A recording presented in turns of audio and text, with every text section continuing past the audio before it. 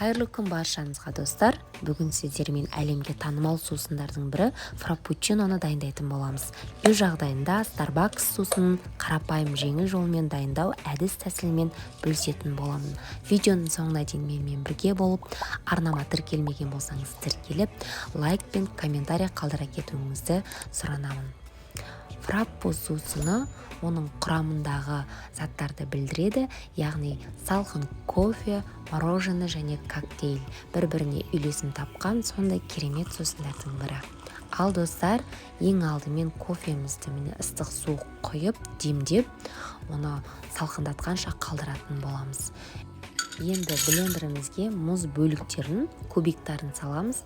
Оның үстінен салқын сүтімізді, холодильниктегі салқын сүт және шоколад,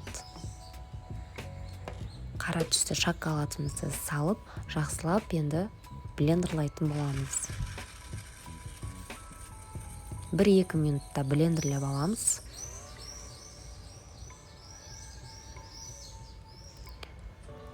Бір-екі минут блендерлеп алған соң, енді оның үстіне жаңағы демдеп қойған салқындатылған кофемізді қосатын боламыз.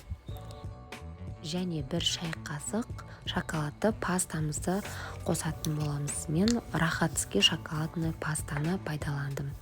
Енді осының бетін жауып, тағы да жақсылап блендерлейтін боламыз.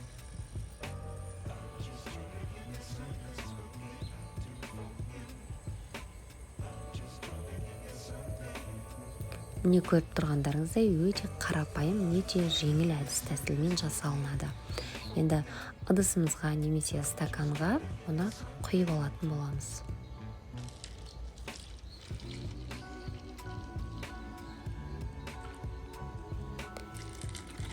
Міне құйып алдық.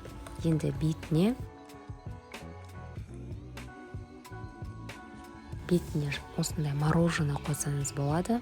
Мороженое болмаса, үй жағдайында сливки дайындап, сливкиді толтырып бетіне құйып алсаңыз да болады. Мен кәдімгі магазиндегі мороженеді алып, бетіне пайдаландым.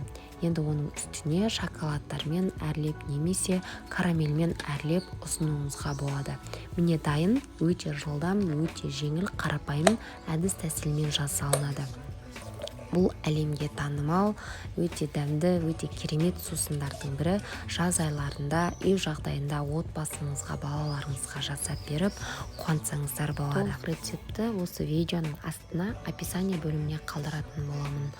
Достар, міндетті түрде осы менің рецептім бойынша жасап көріңіздер, өте керемет, дәмді болып шығады. Достар, егер менің видео рецептім ұнаған болса, менің арнама тіркеліп, лайк басып, коммент қалдыра кетуіңізді сұранамын. Қазақша контенттің дамуына кішкене болсын үлестеріңізді қоса кетіңіздер. Назарларыңызға рахмет.